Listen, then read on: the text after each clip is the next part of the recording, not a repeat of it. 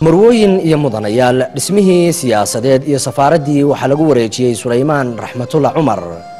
Maxamed Cumar Aadan iyo Muuse Xirsi Faahiyana xabsiga ayay ku jiraan safiirkii lagu eedeeyay in uu safaaradda Hindiga ka iibiyana wuxuu ka intimay dhanka iyo galbeedka Soomaaliyana wax dawlad ahi kama jiraan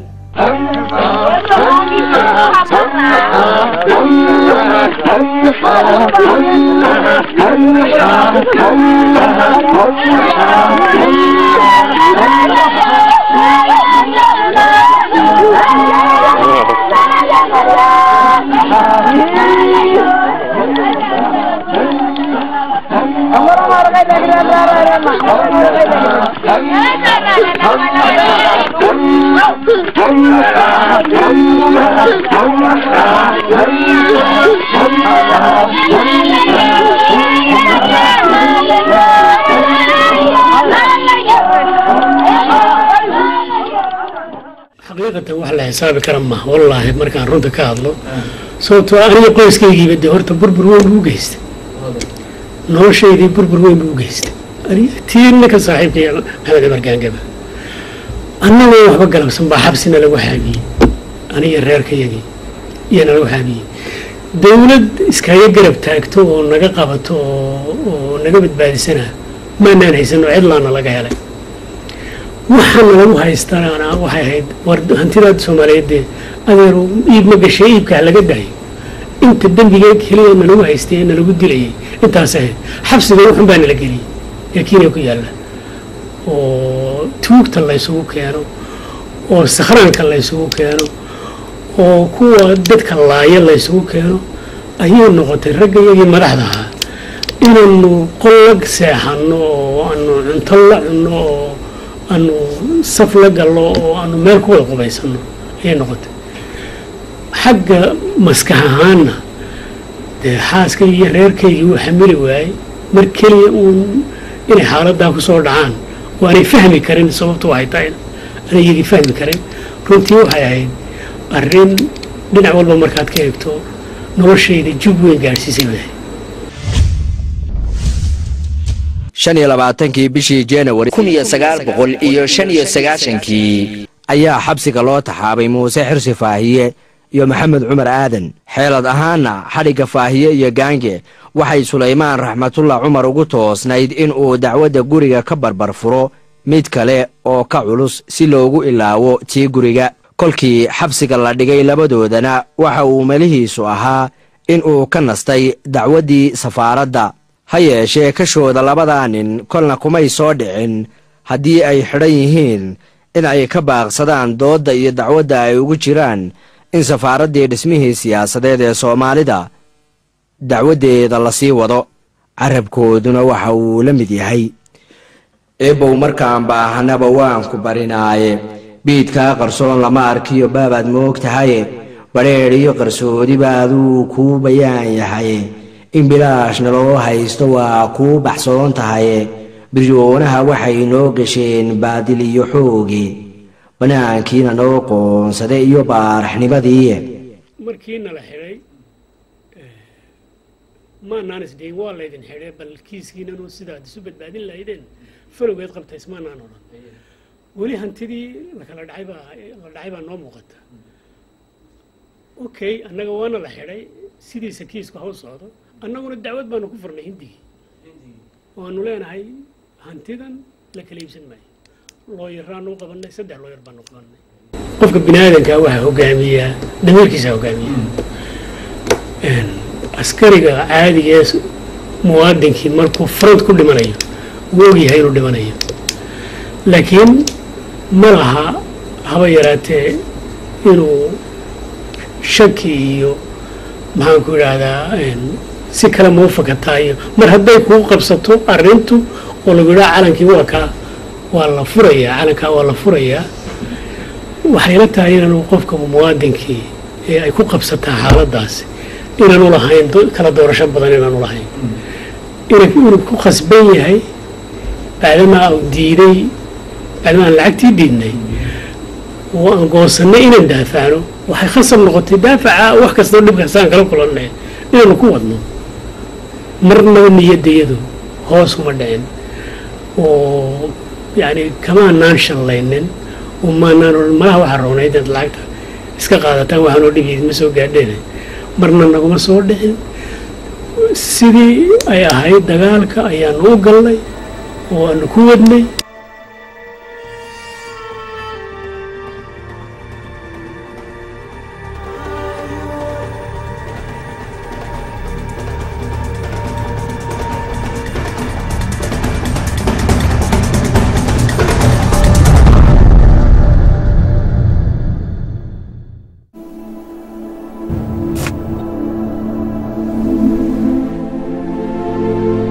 laakiin wixii noo yaalay hanti ahayd oo dhan ee ay qaadan karayeen qolada ciidamadii ee annagu hantidayada ahayd ama lacag ahayd ama ahayd maxaan ku idhaahdaa hanti ay safaaraddu iska lahayd sida telefoonadii iyo raadiyihii weynaaye xidhiidhin jiray dalka iyo maxaan ku idhahdaa Kenya xidhiidhin jiray iyo wixii ay gacan ku qaadan karayeen ciidamadu nin walba xuushay oo ay waxba ka dhacday nin walba wuxuu gacanta la gaariyay ayuu qaatay dood hor leh ayuu qareenka Maxamed Ibraahim geeyay maxkamadda oo ay Soomaalidu ugu doodayso labada nin ee la xidhay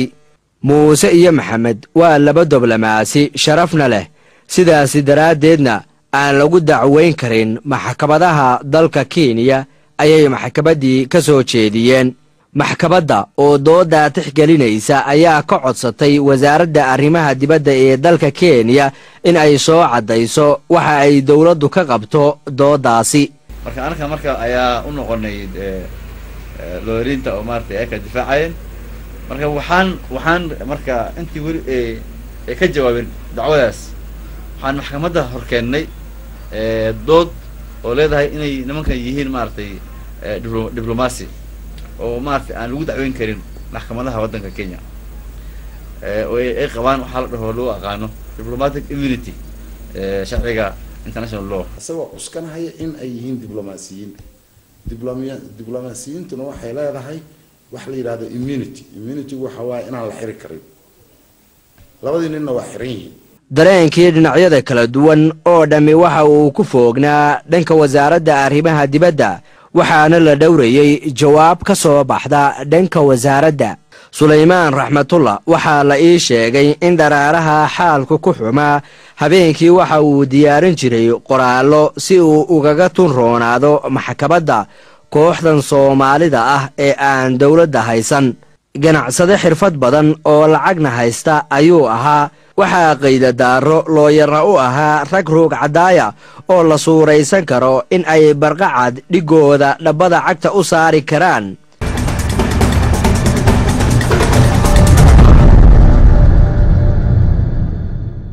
wasaaradda arrimaha dibadda iyo xidhiidhka caalamiga ah ee dalka Kenya oo tixgelinaysa codsigii maxkamadda ayaa waraaq cadayna oo wasiirka wasaaraddu ku saxeexan yahay soo saartay dawladda Kenya markii dambe waxay tiri safaaraddaani iyo safiir iyo ma ay lahaa diplomatic status waxa la yiraahdo ma ay lahaa marka maxkamadda waxay ka codsatay wasaaradda arrimaha dibadda Kenya inay soo cadayso waxay ka qabto dawladda Kenya arrintan ay joogto marka wasiirka arrimaha dibadda ee Kenya markaas u joogay oo haddana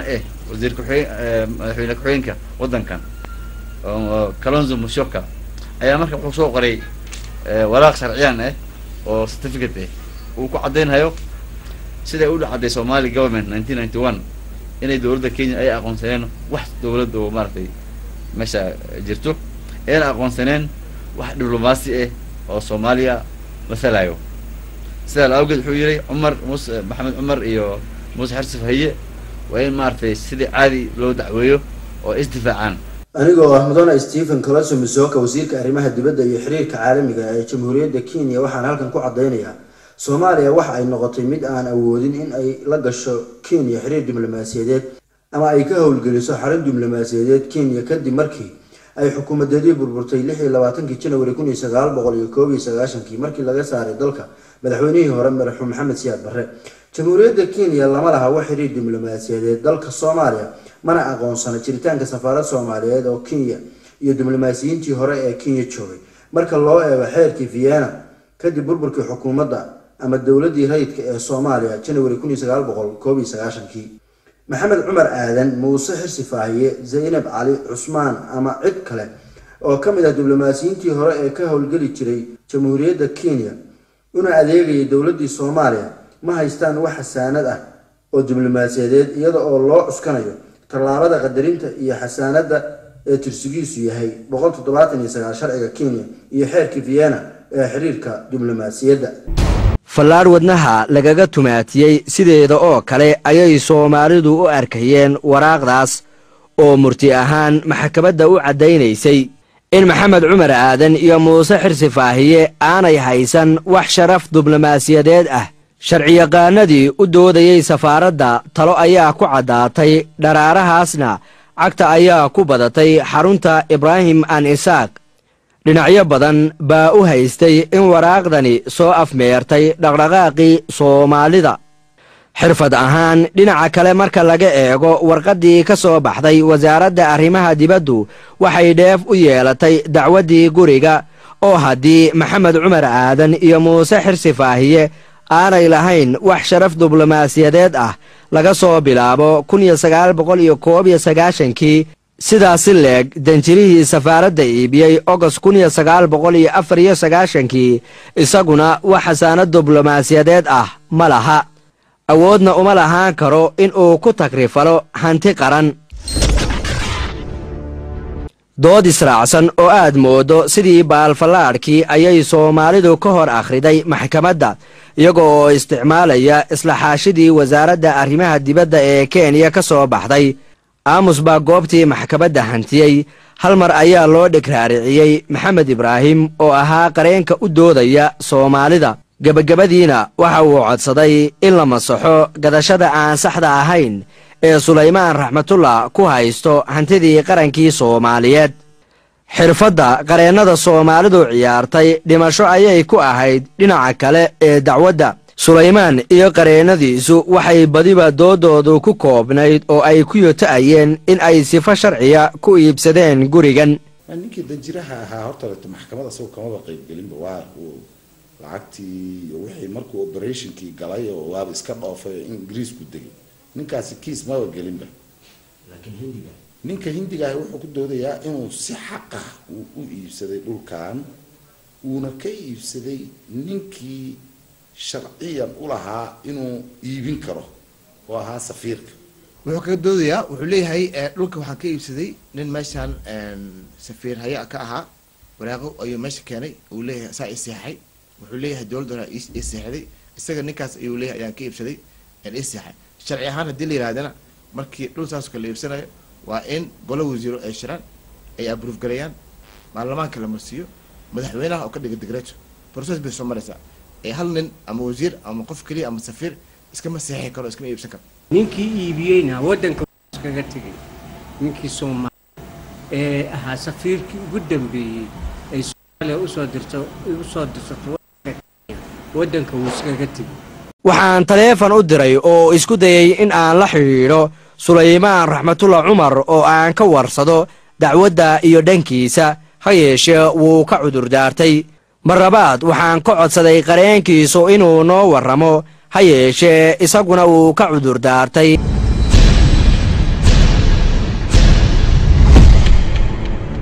labadii dhinac markii ay doodoodii dhammaysteen, culayskii oo dhammi waxa uu fuulay qalinkii garsoorihii dhegaysanayay dacwadaha kala duwan.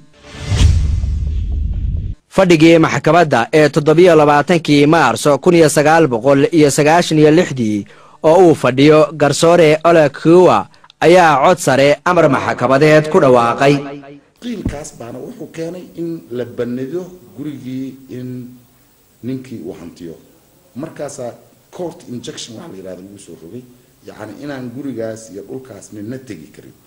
ilaa haddana waa sidii. marka maxkamadda way nala garatay arrintaas, way nala ogolaatay inuu maartay Axmed Sheekh Maxamuud inuu awood u lahayn 94kii inuu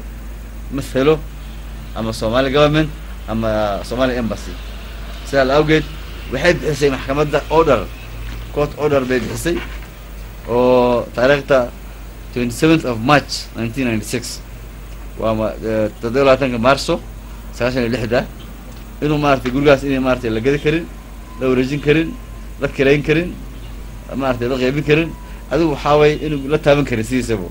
guriga marka waxaa laga xiray wuxuu noqday guri oo maaragtay undercourt oo dhah laga bilaabo sagaashan iyo lixda mataqaanaa iyadoo oo maxkamadda ay tiri ilaa iyo amar dambe dhulkaad waa wuxuu noqonayaa dhul iska xiran lama degi karo gurigaasna sanad markay socotay markaa dacwaddaasi labada qodob ee looyaradii iyo annagii aan wada hadlaynay waxay ku dhammaatay inaan annagu dacwaddii helno oo xaakimkii oo xukumo uu yidhaah waxay ahayd hantidan inay dowladda Kenya hayso mar haddii dowladdii Soomaaliya burburtay hadday ka baaqsatay xilka dowladda Kenya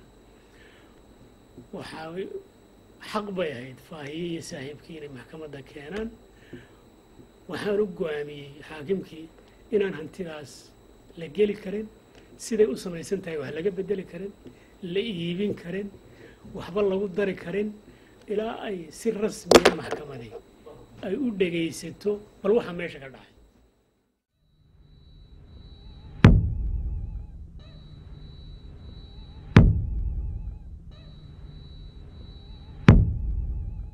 eedaysanayaasha kale ah Sulaymaan raximatullah Cumar iyo Zariina Sulaymaan Cumar ama cid kasta oo wakiil ka ah waxaa laga mamnuucay in aysan iibin kirayn dayacin ama qaab kasta oo ay kula xaalayaan hantida sumadeedu tahay ra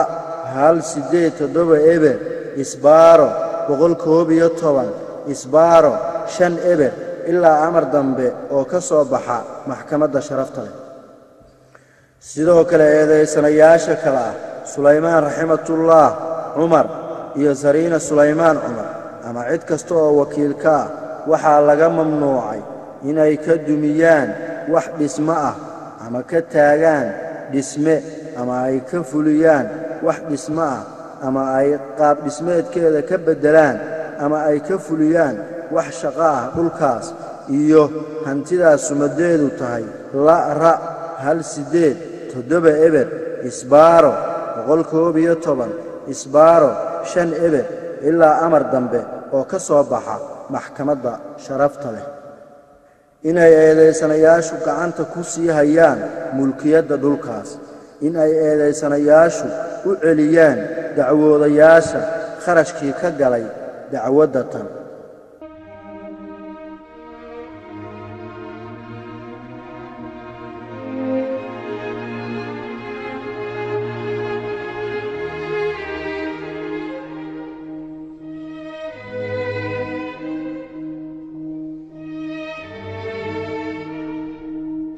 jaaliyadii Soomaalidu aad bay ugu faraxday go'aankii maxkamadda banaanka hore ee maxkamaddana waxaa dhoobnaa dad aad u tiro badan oo u soo baxay in ay ka war helaan go'aanka maxkamadda amarkii iyo warkii ka soo baxay maxkamadduna si dhaqso ah ayuu u dabayla raacay bari iyo bogoxna waa lagaga haasaaway marka maxkamaddii maxay amarkeedii ku soo goysay waxay ku soo goysay inaan la gadi karin guriga oo jamhuuriyadda Soomaaliyeed leedahay isagoo meeshii gafur xumaan ku niri lacagtiina waa kaa luntay sharaftiina waa kaa luntay huuraale waana ku kala tagnay dib ismaan arag sharciyaqaanadu waxay xiribdheeridooda kooxdii Soomaalida ahayd kula taliyeen in ay naawilaan dawlad dalkooda ka dhalata waxayna miciinsadeen in ay dib u dhigaan wax kasta ilaa subax khayraad Soomaaliya lagaga waabariisto khasab waxaa la sugayay in qaran Soomaaliyeed oo ku muddaca arrintan soo baxo waa mid maxaa yeelay waa la hubay mar walba waa yani dhulalku waxay leeyihiin title deed waxa la yiraahdo yani lahaanshaha dhulka meel kasta oo ka register marka dawladda Soomaaliya aan ku register garaysnay si xaq darra hadii loo iibsaday marka dawladda Soomaaliyeed markay soo baxdo bay ugu xoog badan tahay dhulkii marka in ugu muddaco marka saadaradeeda loogu dibdhigay keeska after kutoka 1996 ilaa iyo dawladdii Cabdi Qaasim laga abuuray keeska maana laba dhigeysanin oo maartay waan dib u dhigaynay anako maartay rajeynayno inay dawlad maartay dhismi doonto aan maartay aan ku wareejino arrinta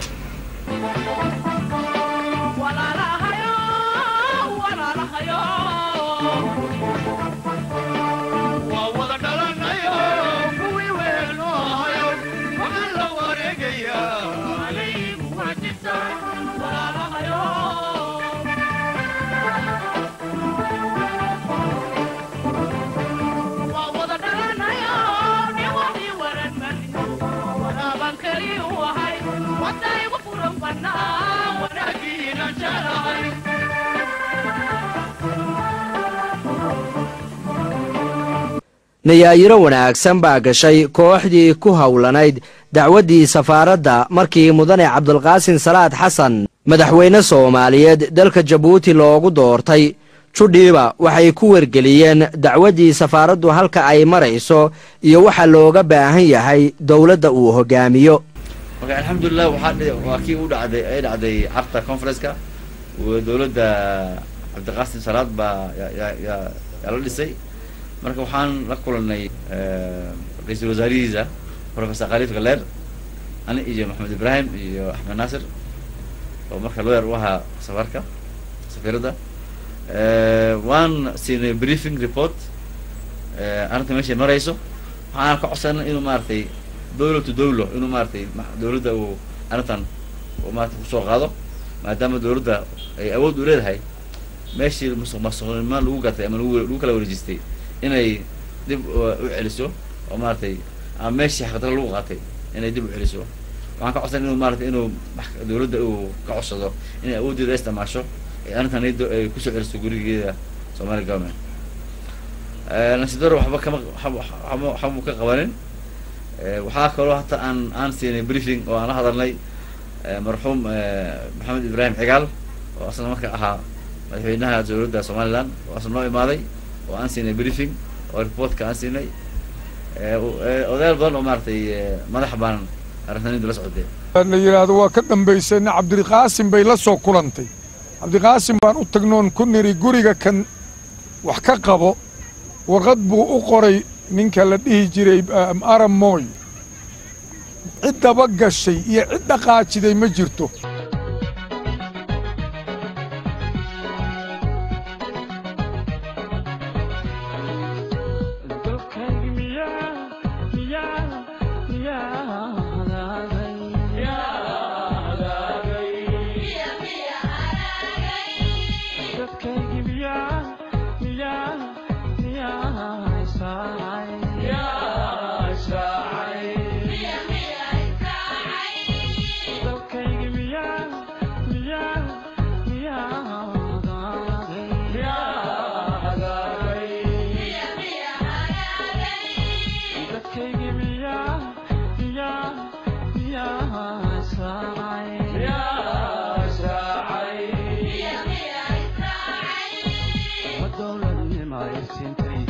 mar kale ayaa dawlad ku meel gaadh ah lagu dhisay dalkii ay dacwadda safaaraddu ka socotay oo Kenyana waxay ka mid noqotay dawladihii ugu horeeyay ee aqoonsada danjirana u dirsada dalka Soomaaliya kadib waxaa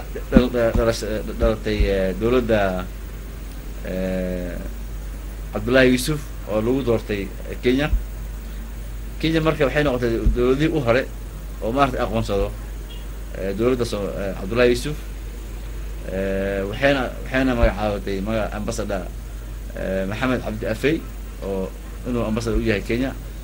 Soomaaliya laakiin nasiib darro isla markii Soomaaliya may keensaneen ambassadorada oo safirkooda oo Kenya u joogo annaga dowladdii hore mataqaanaa madaxweynaha hore Abdullahi Yusuf mar halkan u yimid oo u sheegnay mataqaanaa madaxweynaha kibaab kala hadlay dowladda halkan waa kala hadalnay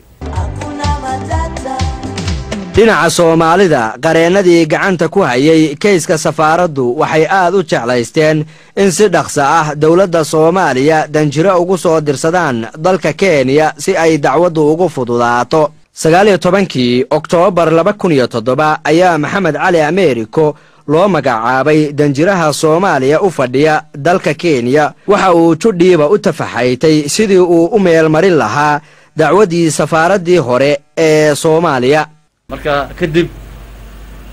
waxaa la magacaabay Maxamed Cali Nuur oo loo aqaano Ameeriko inuu noqdo safiirka Soomaaliya u joogo Kenya mar haddii marka uu markuu geeyay waraqihiisa uu geystay madaxweynaha waddanka Kenya oo laga qaabilay waraqihiisa wuxuu noqday qof maarta official iyo maarta si rasmi u mithali karo dawladda iyo qadadka Soomaaliya waxa dhacday in markii aniga la magacaabay halkan Kenya aan dacwadii meesha ka sii waday anoo kaashanay dawladda ku meel gaarka ah maxkamadii dacwadii baa xoog sii gelinay dawladda Kenya waa u sheegnay waxayna noo balan qaaday inay gacan u siinayaan ayagana qirtay in wax si qalad ah lagu iibsaday oo dhul wadan uu leeyahay qofna oo iska iibsaday dirirta sharciyeed kolkii hore waxay u dhaxaysay Muuse Xirsi Faahiye iyo Maxamed Cumar Aadan iyo waa dhanka kale ee Suleymaan Raxmatullah iyo haweenaydiisa laakiin markan waxaa muhiim noqotay in dawladda ku meel gaarka ah ee Soomaaliyeed lagu soo daro si ay dacwadda qayb uga noqoto waxaan markaa ka codsanay maxkamadda maadaama markii aan kiis bilaabaynay aan ku bilaabnay magacyo shakhsiyaad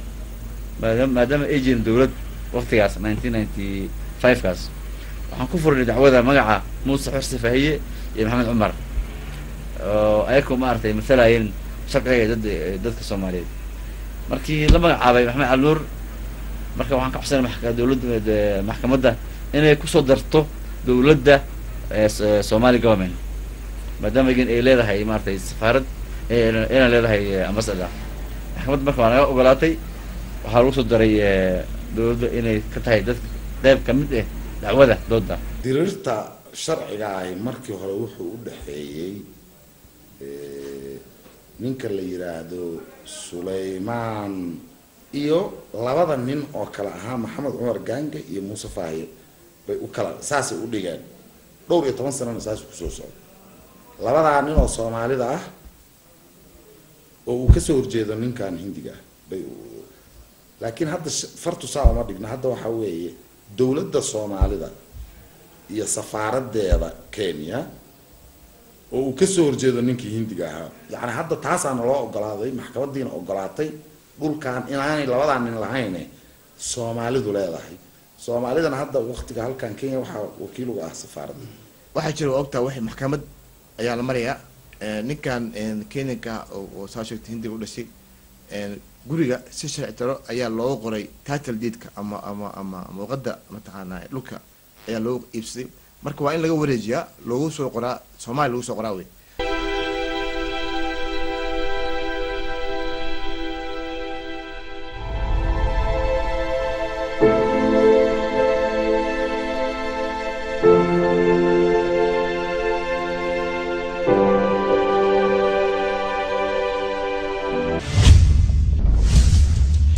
bil walba waxaa nala keeni jiray ama 15 cisho mar baa nala keeni jiray oo xabsigana laga soo kaxin jiray 3 sano iyo 3 bilood markay socotay ayaa xaakimkii kale ee dacwadan kala hayay isaguna oo soo saaray xukun oo ku cadeynayo in mu'aamarad naloo sameeyay oo aniga iyo saaxiibka iyo xaaskaygaba waxaan ku xidhnay ay tahay mu'aamarad aanan wax dambiya haba yaraatee hub oo ku saabsan hubka inaan gelin kaasi halkaas ku xirmay markuu xaakimkii xukunkaas soo saaray oo nala sii daayay waa 3 sano iyo 3 bilood ka bacdi marnu jabnayba weey marka alxamdulillah waa isdifaaceen difaacooda subinay kiis ku dhamaaday waxa gaf baa lagu waayay waana la fasaxay maxkamadda way fasaxday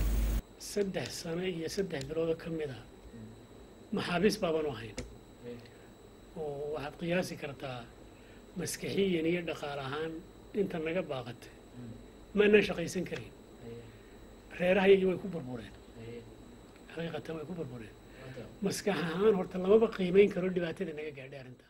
Suleymaan Raxmatullah oo kaashanaya waaye aragnimadiisa ayaa u degdegay dhanka maxkamadda waxaana uu ka codsaday in haddii uu dacwadda ku guulaysto aanu kharashkii ka galay dacwadda soo jiidantay sanadaha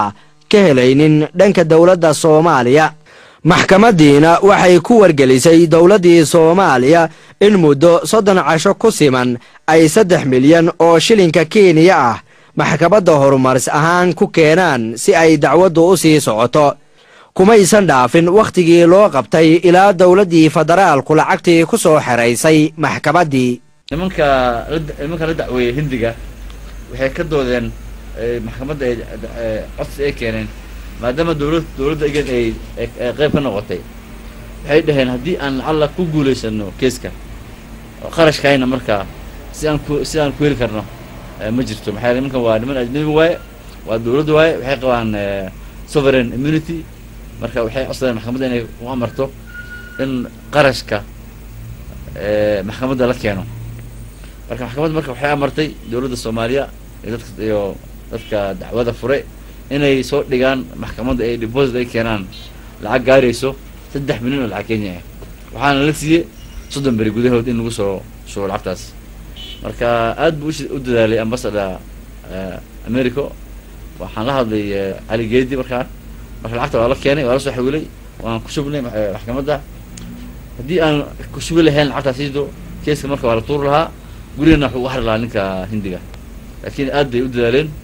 inkastoo ay qarashkooda iska yaraa lacaglaan ay ahaayeen laakiin arrintaniido muhiimad bay siiyeen lacagtii way soo gureen waa soo xawileen waana keeneen tiin hadda magin lacagta maxkamadda lama siin hindiga laakiin waxaa la geeyay deposit maxkamadda ay taallaa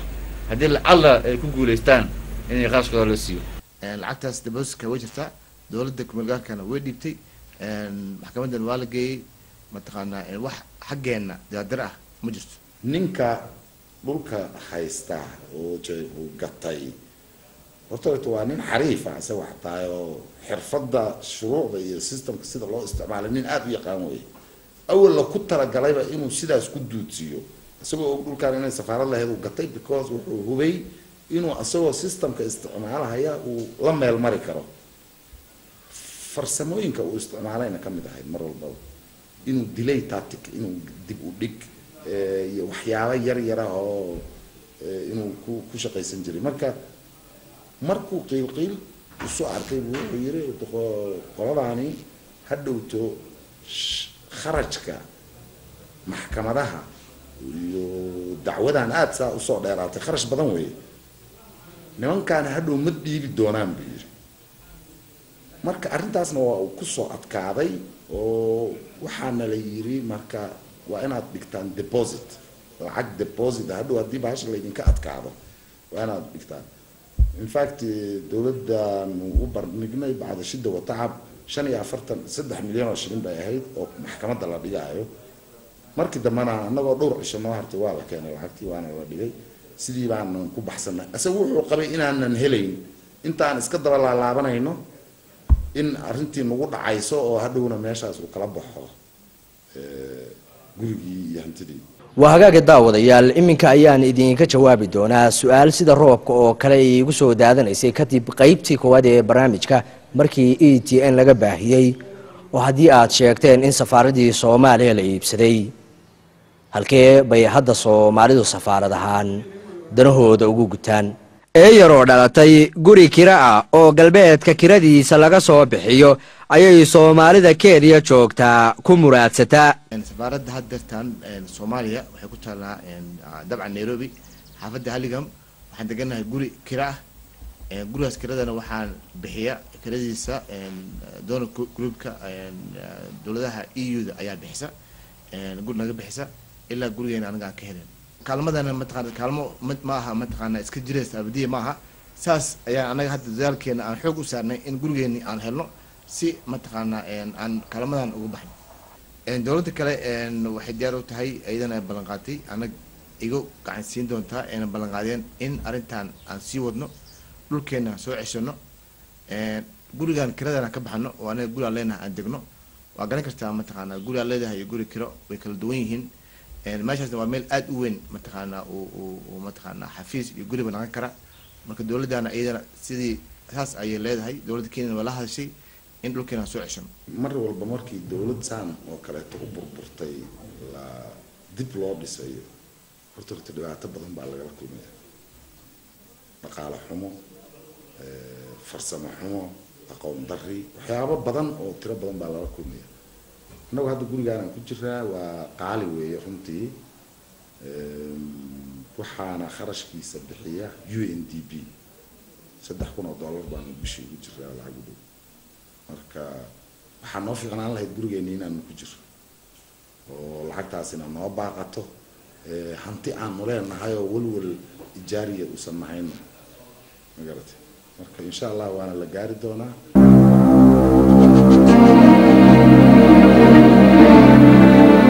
halkaas salka dhigi lahaa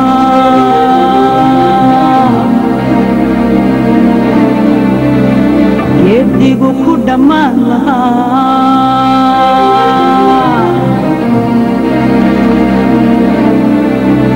miyaanay dhowin karo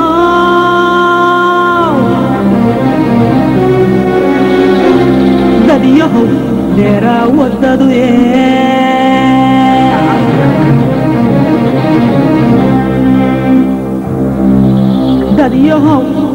dadyahow dheeraa wadadu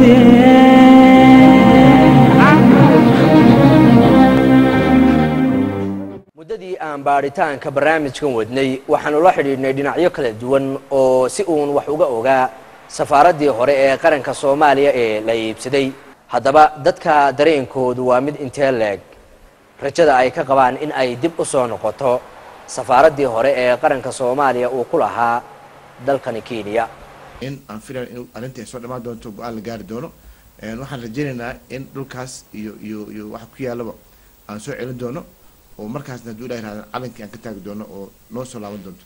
rajada waa 100% waxaan dhihi karaa waa 200% inaan dhulkeena soo helno insha allah tacaala waan jecelnahay hadduu ilaahay raadin markaan tegaynana ETN ma mataqaadina inay ciidana naga duubto hadduu ilaahay raadin rajadeennuna aad bay u fiican tahay hadda in gacanta Soomaalida uu soo galo gurigiisa safiirku hadda idiin sheegay waa dhamaanaysaa insha allah aad baan ugu rajo weyn waa 95% runtii laakiin aniga nafsi ahaantayda arrinta maalin walba aan la yaabo markaan ag maro guriga Soomaalida ee safaaraddan u ahaan jirtay waxaan isweydiiyaa gurigii uu deyn ku xiran yahay oo lagu xukumay cid geli karta ninkii iibsaday agteeda ma mari karto gurigii oo sidii u xiran uu qofulku taagan yahay waxay ku dhacday ayaan garan waayay marka rajadeedu waxa weeyaan Soomaalidu inay u timaado guriga oo ay qaadato insha allah bidnillah kariim waxaan rajaynaynaa inaan ku guuleysano keeskaas inkastoo maxkamadda haddii aan maaragtay la siin karin garantiin aanan bixin karin oo maxkamad al kees meel si kasta uu dhici karo laakiin waxaan aad u rajaynaynaa inaan maaragtay ku guuleysano maxkamadda ayaa martay in dib loo siiyo dhulkaas dowladda Soomaaliya horta guriga adeer waa la helayaa shakinin laakiin hadda guri meesha kuuma yaal waa la dumiyey waa la baktiistay waa la tirtiray waa la jajabiyey guri baradhays oo ahaay guriga waa la helayaa oo in la helayo waa aadan ugu rajo weyna laakiin dalkii ka weynaa baan ka baqayaa inaan dhuminno adeer aniga himiladeyda ugu weyn xaqiiqatan aan filaya saaxiibkayna inuu ila qaba waxa weeyaan markiina la xidhayay calanka Soomaalida laga dejiyey safaaradda annagoo sidaa warkiina loo dejiyey calaamadda qaranku leeyahay ee labada shabeellana waa laga fujiyey oo nin qoslay oo Kenyaati ah ayaa ka fujiyey runtii wayna xanuujisay himiladeyda ugu weyn waxa weeyaan calankana in halkiisii la suro calaamadda labada shabeellana meesheedii lagu dhajiyo intaa haddaan arko waa samrayaa oo wixii dhibayga gaadhay haba ka yaala haddaan intaa arki lahaa mar calankiioo birtii lagu celiyey iyo calaamaddii labada shabeelle ee calaamadda qaranka Soomaaliyeed astaanta Soomaaliyeed oo meeshii ninka qoslayay oo screw driverka intuu qaatay ka fujiyey halkeedii lagu celiyo intaas aniga ii noqon lahayd horta sabirsiinta ugu weyn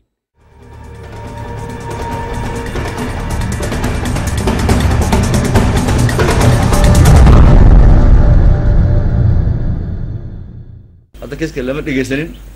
waxaa la dhegeysan doonaa insha allah biidnillahi kariim taariikhdu markay tahay 8 bisha 10 Oktoobar 2009 maxkamadda high court-ka wakhtiga ayaa ballan inoo ah haddii Soomaalidu ay ku guulaysato doodda ay ugu jiraan inay dib u hantaan safaaraddoodii iyo haddii kaleba waxaynu isugu iman doonaa kolka ay maxkamaddu wareegga u dambeeya isugu timaado kayskii soo taxnaa tan iyo 1995 halka u dambaysana waa bahda fogaan aragga bariya ETN oo u mahadnaqaysa dhammaanba intii barnaamijkan ka qayb qaadatay iyo anigoo ah Cabdirashiid Maxamed Xaashi oo idin leh assalaamu calaykum waraxmatullaahi wabarakaatuhu